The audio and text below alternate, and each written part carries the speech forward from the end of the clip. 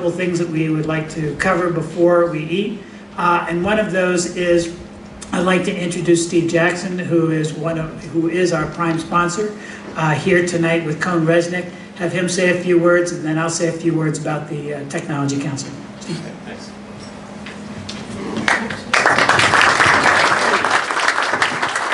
Thank you. This is an interesting setup here. Hey, really, we're so happy to be sponsoring this event. This is the 4th year in a row, and it seems like it grows every year. See a lot of familiar faces here, and a lot of new faces. So, you know, we're glad you came. And again, I think we're always interested to see, you know, how can we improve this program. So at the end, if you could, you know, help us out, we want to grow this event every year. So let's see, you know, CohnReznick, we keep growing, you know, we keep getting bigger and servicing all sorts of different industries, including the industry, technology and life sciences, which I'm part of here in Connecticut. We're a top 10 accounting firm now, and heading upstream. So we're pretty thrilled, and I think it's interesting that we're really focused on industries and going to market in those industry groups. And this is a very important industry for us on a national basis. On your table should be this publication that we issued early in February, which is kind of I guess it's a little bit dated at this point, but I think it's pretty good information. So please take it home and take a look at it. It talks a little bit about 2014 outlook for middle market technology companies. So we're investing a lot in that type of information. It's the kind of information we provide to our clients all the time. And this is kind of our way to kind of broaden that reach a little bit. So please take a look at that, and you know, again, any feedback you have on it is terrific. You know, I guess I don't have a lot more to say other than, hey, listen, you know, really, we do appreciate you showing up today. I thought we had a great roundtable earlier today. I want to thank those, Tom and John and others who were on that. And I know tonight we're going to have another roundtable discussion, which should be equally as well received. So thank you again for coming out.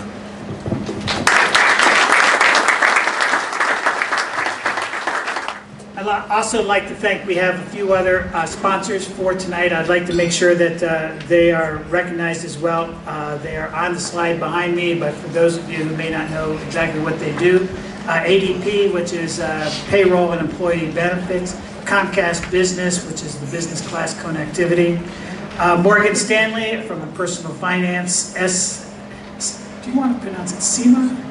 SEMA. Yeah. SEMA. SEMA International, Ryan Evans, who is going to be doing the panel of this during dessert, Webster Bank, the state's largest bank, and Exxon Corporation that does hosting, business continuity, and cloud services. All of them are sponsors, and let's give them a hand, please.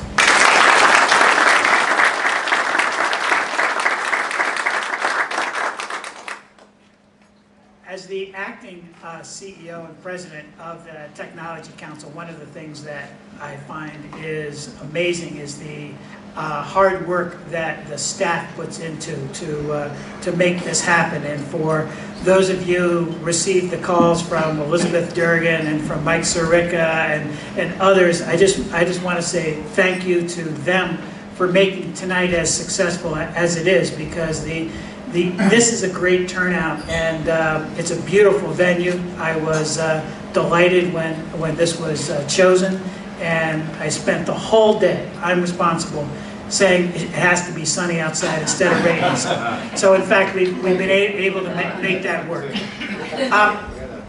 Very quickly, a little bit of an advertisement about the Connecticut Technology Council. For those of you who don't know, we're about building community, and many of you in the room are either board members of the Technology Council or members of the Technology Council, but a number of you are not, and we would ultimately love to have you join the Technology Council, because part of what we do is these kinds of events where we bring like-minded people together to talk about common issues, very similar to the panel that we heard earlier today, the panel we'll hear later. I think there's a lot of education associated with just being able to meet people who are going through what you're going through, and that's exactly what we're trying to do tonight and what we'll be doing throughout the year. We very much want to be viewed as a think tank and to be an advocate.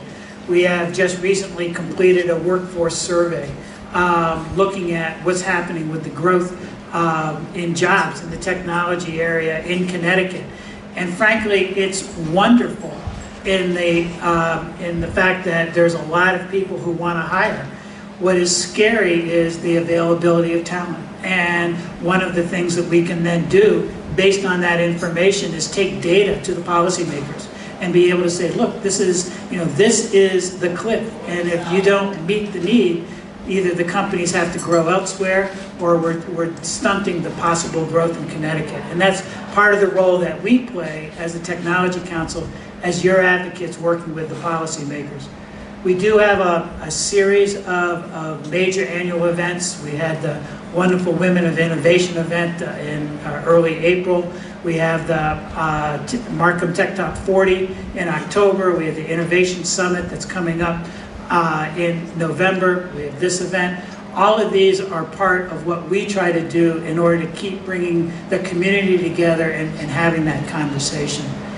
And then lastly, let me just add that as part of my coming on board, one of the things that I was asked to do is to find out what is the relevance of a technology council from 2014 forward. This is a 20-year anniversary of the council. We were created as a public policy advocate 20 years ago. There's still a tremendous need for public policy advocacy for the technology community, but what else is needed? And so part of that has been my great opportunity of going out and meeting a lot of you and to be talking about where we go from here. And I'm delighted to say that we have a strong set of special initiatives that we're going to be pursuing, whether it's university industry connections, whether it's working in the broadband area, looking at scale-ups. We have a variety of different places where we're going to be pursuing as a technology council, and we look forward to having you all and anybody that you can identify join us. So with that, I'm going to stop the advertisement. Thank you once again for coming tonight. We very much appreciate having you here, and we'll look forward to talking to you later tonight. Thank you.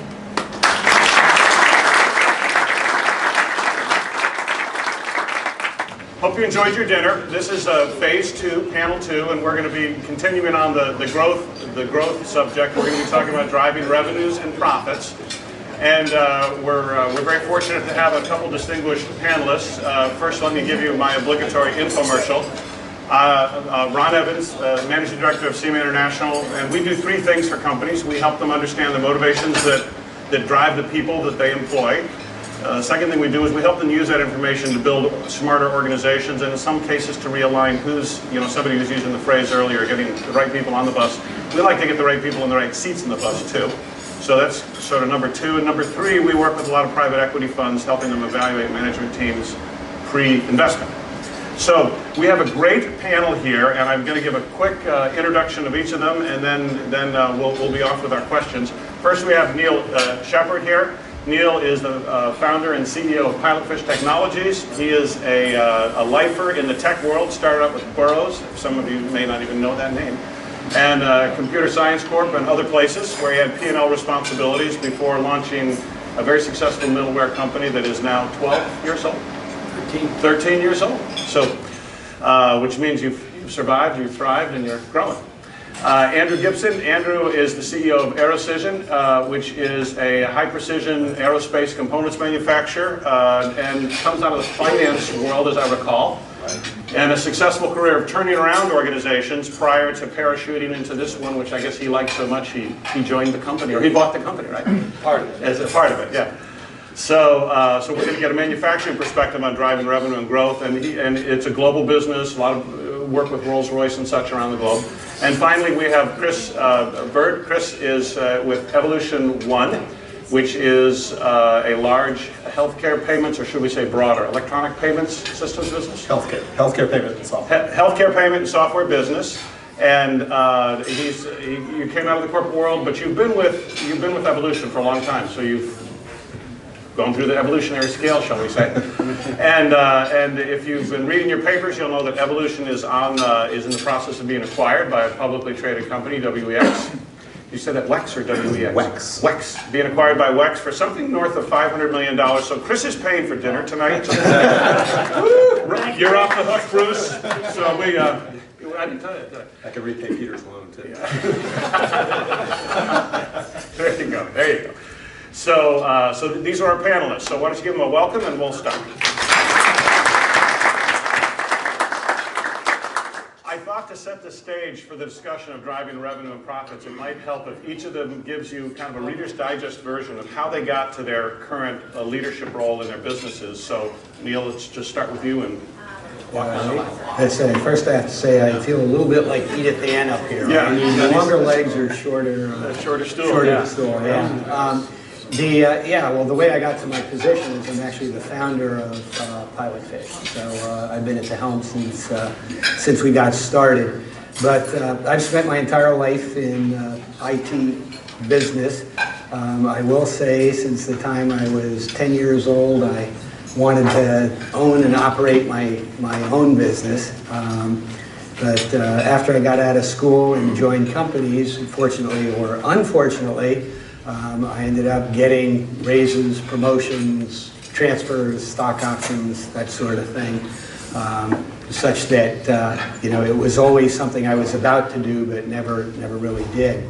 And in 1985, I joined a small company right here in Wethersfield called Vantage Computer Systems.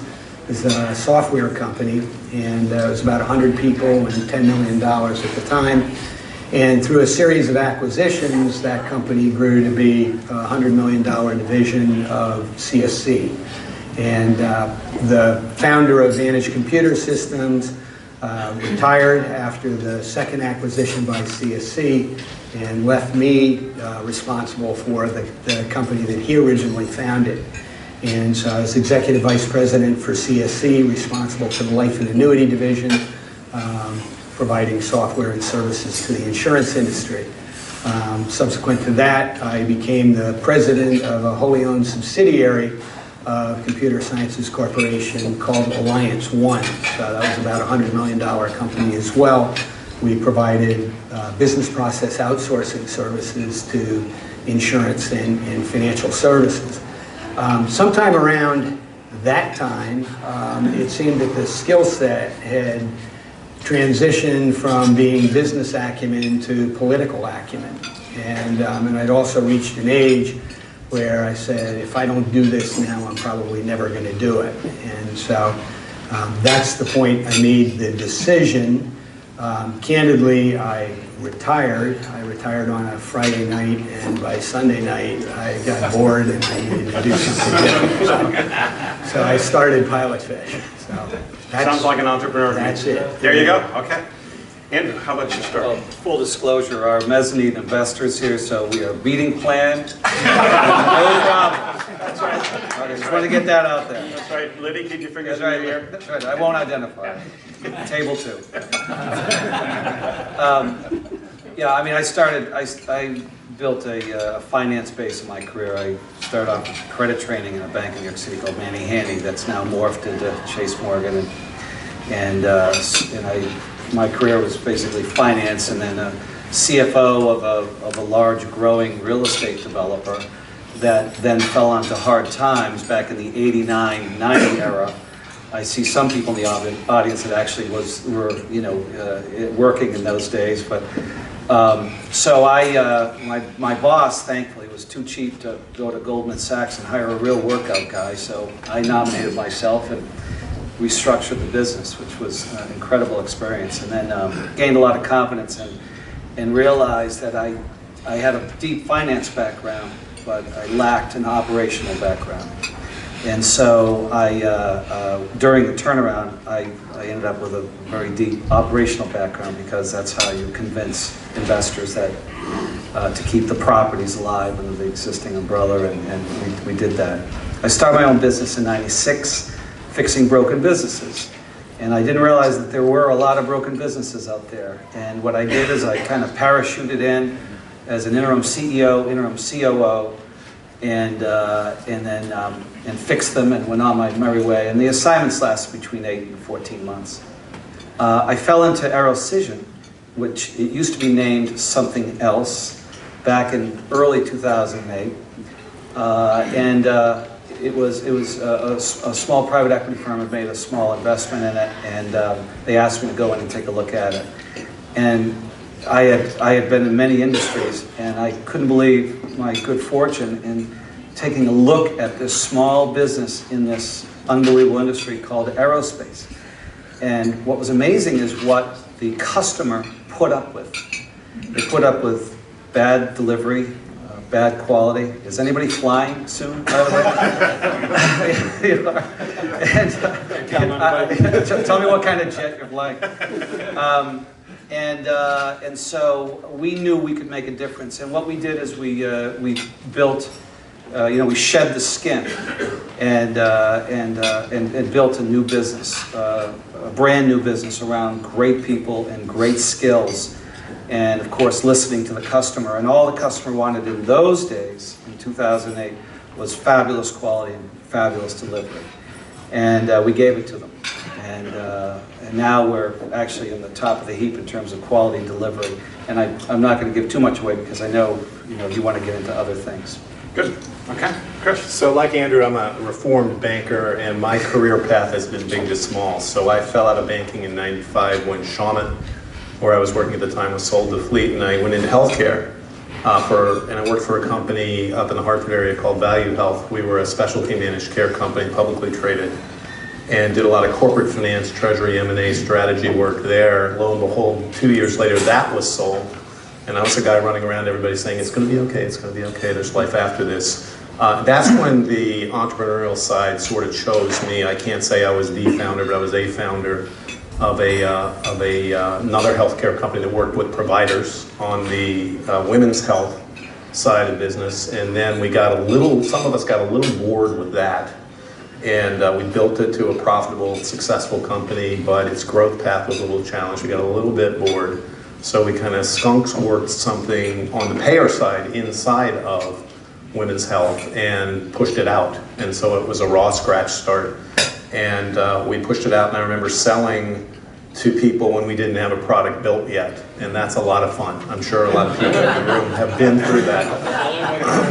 That's the only way to go, yeah. So, you went from tens of thousands of employees down to 5. And when you're that small, you do a little bit of everything. And so the opportunity to get involved in sales, marketing, operations. I'm not a technologist, but I even ran technology for a while, more as a steward than anything else. And you just become a jack of all trades. And I think that's how you build up your acumen and your capability to be at the top of an organization. Great. Good. I thought it might be interesting to hear each of you address the issue of when you get into this business, whether you're growing it from the ground up or you're parachuting in, how do you figure out and ascertain where you're really making money? What's driving profits? How do you get into that and discover that in each of your specific situations? You first? Yeah, you go any order you want. My operation was a startup. So on the first day, I was the first employee. So in terms of managing profitability, that's something I really brought with me from CSC. I had a pretty good idea.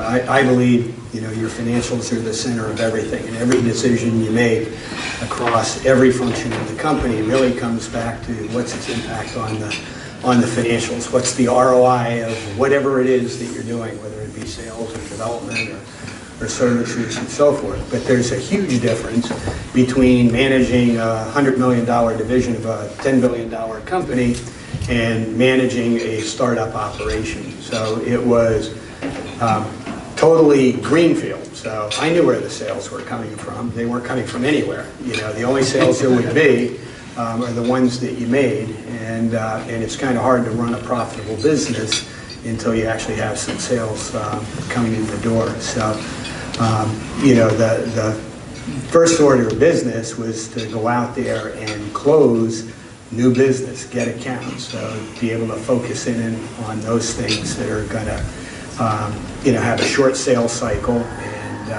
and generate some cash in the door. So that was the initial thing. As I mentioned, we got started in the insurance business, And insurance companies are not known for moving quickly or being innovators. And so we had a product very early on that they were wildly impressed. You know, they would say wonderful things about it, just absolute awe. You know, our product at the time was easily 10 years ahead of the time. And so they were very impressed by it, but the sales cycles were still very long, and at the end of it, you got one sale. And so you're almost living hand to mouth. You barely made enough money on your sale to pay for the next cycle and do the next thing that you needed to do. So a few years ago, we made several changes. You know, again, there's all sorts of things going on relative to technology, and I heard a lot of people refer to it in the previous panel. But one was we opened up our products to other verticals. And so, and the big one among them was really healthcare in terms of opportunity. Second thing we did was we said, instead of focusing on end users who are incredibly difficult to sell, let's focus on distributors where they bundle our software with whatever it is, you know, the application, diagnostic equipment, whatever. And so now, it actually had a much shorter sales cycle. You had a shorter sales cycle, and when you made the sale, you might have 400 deployments of your software, not just one. And You sort of co-opted their sales and distribution network. yeah, well, I mean, it's the best opportunity. I mean, obviously, you look for the partner that can go sell 10,000 of something, and maybe you're the first one in on the ground floor and they haven't done it yet. But the next best thing is to be able to have somebody bundle your software with their solution who already has 400 hospitals. And then the third thing was sales is outrageously expensive. And again, you know, if you're going out there knocking on doors, which was really the traditional approach, it's extremely expensive to do it, you know, in terms of travel, time, those kinds of things. So we really changed our process, given the changes that were occurring in the technology, where we would generate inbound inquiries to our sales. So, you know, between selling to distributors, you know, solution providers, business people who thought like we did, who really wanted to do things better, faster, cheaper, and instead of trying to change the inertia, just maybe redirect some of that inertia. So if it's incoming, they're already interested in what it is that you have to sell, and they're probably a lot more likely to end up, you know, becoming a client. You know. So Andrew, as a finance man, this must have been, or as a finance savvy CEO, I mean, this must have been an interesting issue in the manufacturing space. Well, when I got there, I think since we're the after dinner entertainment, I'll tell some interesting stories. But we, when I got there in 2008, we had what I call a lot of bad revenue. A lot of bad revenue. We had long-term contracts. And when you take a look at one of our parts, you have this much metal and this much value add. And what I discovered to my horror is about 50% of our products had this much metal and this much revenue. So it was barely covering the cost of the metal. So we really, and I'd done this with Walmart years earlier, and they say it can't be done with large corporations, but we had very long-term contracts. And we literally went into these OEMs, you know, Honeywell, Rolls-Royce, and others, and said, we just can't operate, and you need jet engines. And the other thing in those days, they only had one supplier and a very long sales cycle. So I wouldn't try it at home, but we had no choice. We literally had no choice. So we handed our beer to somebody, we went into these OEMs, and we said, this is what we need in order to operate properly. So we got very large price increases. Then, to your point, in terms of analyzing the cost of goods sold, we had a general idea, but we were flummoxed. We had 500 parts, which in aerospace, that's a lot to manage. Each one of them is like its own business. And so we realized then we had to shed the parts that were very low value. So we had parts, I think our average part revenue was about $280 per piece, and in aerospace it's very low. Today we're pushing over 2,000, and within 2 years it'll be over 4,000. So we've really climbed the value chain and making more difficult things, but it's okay. We'll manage. We'll be dancing later. We're CEOs. We can cope with a little music, right? We've had worse. That's right. That's right. This isn't the first thing that's gone wrong in your life. That's all right. But anyway, so we were too busy fixing the red ink to really get into a traditional cost accounting on the parts, but we eventually did. So, but I'll just leave it at that. That sometimes there is bad revenue, and sometimes you have bad customers, and you just have to go for it or get rid of it. So I'll leave you with that. Yeah, yeah. And now you've seen an interesting situation, Chris. Has it, with the rapid growth, has the profit drivers changed, the revenue mix and model changed? The mix hasn't changed a lot, but the profit drivers have changed because when we came into the market, it was a nascent market, but it wasn't, we weren't the first ones into the market. So the revenue model was kind of set, and it seemed to work for the customer base, or what we call the partner base. We sell wholesale, and so we sell to benefit plan administrators who then, they don't resell our software and our payment solutions. They embed them in the services that they provide, and what they do is they manage employee benefit accounts and employee benefit plans for employers. And so our software powers that service, and our payment cards are used in lieu of checks and EFTs. So it's an efficiency play. And what was happening in our market was, first we needed to drive adoption of the product. It was a new product coming into an existing market, if you will. It was electronifying a lot of what had been manual. And so when we started out, we set the price points relatively high because we set them wherever we thought we could get away with it. Over the ensuing 5 or 6 years, those price points had to come down dramatically because of two things. One was competition, new people came into the market. And the other was, we found that if we were really going to drive adoption, we had to get the price points down. At the same time, we were able to build scale, and we were able to cut much better deals with a lot of our vendors who we depended on to help deliver the product. And so what happened was, as sort of unit, and we always look at things from a unit revenue basis, and our unit of revenue is an individual employee and how much revenue we can drive off of that employee, and that's always been a steady sort of measurement stick for us, and it's proven to be very, very smart to run our business that way. But as revenues were being pushed down, our cost of goods sold was also coming down, and then as we were able to absorb fixed overhead, we were able to get to the point where we crossed over. It took us 6 years, but it took us 6 years to get profitable. But once we did, like a lot of technology-based companies, you know, the marginal profits, the incremental profit margin is extremely, call it operating leverage, if you will, is extremely strong. And so once we got profitable, we were able to really push our profit margins to maturity pretty quickly. Great. Andrew, you have an interesting paradigm shift that sort of swept through your industry and sort of changed the way you do business. Talk about sort of what's been going on in aerospace. The two drivers right now, obviously, the one that's been around for a few years is sequestration. That's true. Sales have decreased dramatically in defense. The next big thing is the OEMs, GE, Rolls-Royce, and others, are coming out with an unprecedented amount of brand new jet engines. The world hasn't seen this since the 50s and 60s. So there's a major shift towards larger suppliers, more capable suppliers, suppliers that will hold inventory, and of course lower cost suppliers.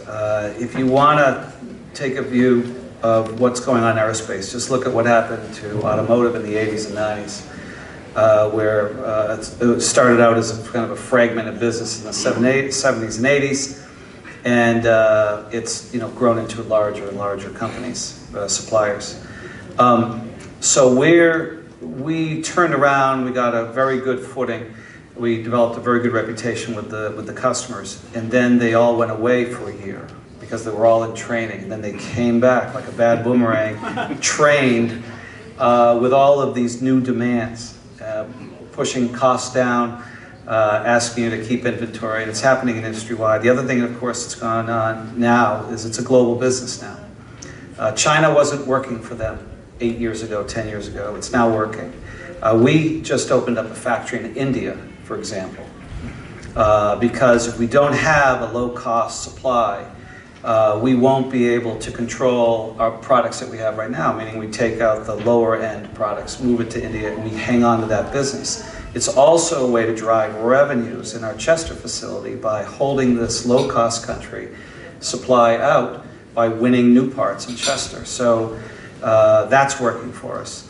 But it's the OEMs have truly moved the goalposts over the last year and a half. It's really almost remarkable. A year and a half ago, if you were great at delivery and great at quality, you could feed the beast. Nowadays, that's just a that's a given. Yeah, it's just a given. You start with that. Yeah. Right. It's like I remember being excited about having air conditioning in the car when I was a kid. Yeah, right. Big deal. But now it's about vendor managed inventory and taking on higher costs that the OEM used to have. So it's really changing right now in an unbelievably large way. So we're right now planning on how we can remain relevant over the next few years. Great. You want to take a swing at that one? I thought I already did. I thought I was working down the line there. How about this? In a room full of fellow business leaders, over the last 5 years, what's the hardest change you've had to make to your company? Be it organizational or CapEx expenditures or taking on other outside investors. I mean, what's the most challenging thing that you've had to pull off? So you starting with me now? You're up. Yeah, well, the biggest challenge we've had is going from being a very small company to just a small company. It's incredibly difficult. Again, I've run larger organizations. Was go in, fix them up, get them to run right. If you're running a small organization where you do everything, you've got control over everything. But as soon as you start to get to the point where you have more than one person doing something, or you have 3 people doing each different thing, it's not enough to have a layer of management in between and to delegate the responsibility, but it's too many people to manage yourself. And it's just excruciatingly difficult. What's the hardest part of it? There's the people part. I mean, that's always that's always the hardest part. And again, I personally think I'm pretty good at delegating. But if you have people that work for you and they're not good at delegating, they still insist on getting involved with everything, or they get upset because I used to be responsible for these 5 things. Now you're telling me I'm only responsible for these 3. What gives? And it's, but there's a lot more of those 3 things than what you were doing before. So the people problem is by far the biggest, but you also shouldn't underestimate the impact that instead of being able to just pull everybody together and have a meeting, or every time the phone rings, we just, discuss it. You need systems, you need processes, and half the systems you have that worked when there were a few people don't work anymore. When you have a CRM system, well, you can each have a copy of a CRM. Well, if you have multiple locations, you have people working out of their homes, all of a sudden that old CRM doesn't work anymore. And somehow you got to get from the old one to the new one, a new accounting system, and all of those things. So it's just, and you're growing the business, and you got to keep things proportional. It's like, if I hire too many salespeople, and we don't have any services people to put the business in, well, that's not good. Now I've got angry clients, I'm losing money, the business fails. If I have a bunch of services people capable of doing things, but they're all sitting on the bench because nobody sold anything, well, that's a problem. If you're running your business, but you're ignoring development, R&D, then you might do okay for the next 6 months, but what are you going to do when your next release comes out and you don't have anything to offer people? So those are... So scaling each part of the business at the right time. Yeah, and it's like going from a medium business to a large business, it just isn't hard. It basically, you're just doing the same thing on a larger scale. It's going from very small to small that is really a wholesale change to the way your business operates. Chris, I bet you've been through some Yeah, significant we change. have, but I think the answer to that question, and the easiest one for me, is 3 years ago, we started life as a payments company. We integrated into software through a small acquisition, and we were sitting as a company with 80% of our people in one location and still a payments dominant company. So we were kind of a 1.1 product company, if you will. But software and payments were converging very rapidly in our market. And so we went out and we acquired a software company. They were 40% our size in revenues, but they were equal to our size in human capital. And we had very complementary management teams. And what we did was we brought those two companies together and we melded everything. And when we announced the transaction day one to our people, we had brand new org charts. And we said to somebody in Minneapolis, you're now going to report to somebody in Hartford, and somebody in Hartford, you're now going to report to somebody in Fargo. Okay? And so that was a challenge. The other challenge was that the two companies had somewhat different cultures.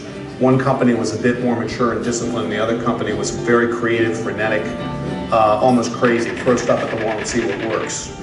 It actually turned out to be a marriage made in heaven, but it wasn't an easy marriage to make, because you had these two very entrepreneurial companies with management teams that had grown up together, with teams that had grown up together to the point where they all knew each other's kids, they could finish each other's sentences, they knew what each other's favorite drinks were late at night, and having to basically meld those cultures, get people to trust one another. We worked really, really hard at that. The strategy piece was easy. The product integration piece was easy. It was quick. It was done in a flash. The market reaction was perfect and we had great momentum, but we worked really hard for about 18 months to get it right on the people piece. Was there a key thing to sort of building that trust and that? The key thing was the two of us at the top of the organization sitting in Hartford and Fargo respectively, sitting down a lot together and really committing to doing this and committing to trust each other, committing to support each other, and then showing the rest of the organization how we did it. And then a lot of it was just systematic. I mean, we do quarterly all-company meetings by video conference. We do an annual celebration. We have lots of things that we do company-wide. So we communicate, and that's all very, very sort of rigorous and rote stuff. But I think at the end of the day, people don't listen to what you say, they look at what you do. And when people saw the executive leadership team, which gets together 4 times a year, arm in arm, then it all kind of went from there. Okay. One last question, and then we'll have some Q&A. Boards. Almost everybody in this room has a board of directors or a board of advisors. Talk to us about, just sort of give us Reader's Digest version, how have you been able to leverage your board in the growth of the company? In what way, shape, or form have you been able to do that? Yeah, that's kind of evolving for us. When I first got to the company, there was a board member that I felt just wasn't right for us because I knew we had to go through this turnaround and then growth. And so he exited and we got a new board member in who was a very senior business person who has a lot of experience overseas, etc. Happens to be very close to my partner who owns the majority of the company. But we get along extremely well. We have the similar culture and similar desires for the company. We've expanded the board, include a financial executive who knows exactly what she's doing, because capital is going to be absolutely critical to this company in the next year. And so we needed that expertise. So it's evolving, in my opinion, very nicely. So I think you just need to round out your team according to your needs. And we're going to have to grow, because that's what the customers want us to do. And that's going to take capital. It's going to take continued low-cost country investment and risk in how to manage it. So I know as just the principal operator of the company, I don't know all the answers. And I may make a mistake. And it's nice to call someone you trust that's got your back and say, you know what would you do? So I feel that having transparency and good relations are two critical factors. Chris, you've had some major private equity players on your board. How is that sort of? So it's kind of a bifurcated process. So we're owned and controlled by a private equity firm, and at various times they've had 2 or 3 people on our board, and they call the shots. They really hold the purse strings, as it were. They were smart enough, along with us, to put 3 executives with real world experience building and growing companies, and 2 of them are from healthcare, which is our market. One had been a successful entrepreneur and grown a couple of companies, started and grown a couple of companies, taken one public. The other is a guy who ran United Healthcare, the biggest health insurer in the country. So what they brought was a lot of strategic insight. They brought a lot of Rolodex support. If we had a major account that we needed to get into, sometimes they can make a call and get us a C-level introduction. And then our third outside director is from the payment processing world, and he really helped us with strategy on sort of the delivery side of what we do. And they've been great. They have been incredible value-added directors. I think we owe a lot of our success to them, their patience, their counsel, and they know just exactly when to push you and when to put their arm around you. And that's, I think, the essence of a good board, is when they can do that. Excellent.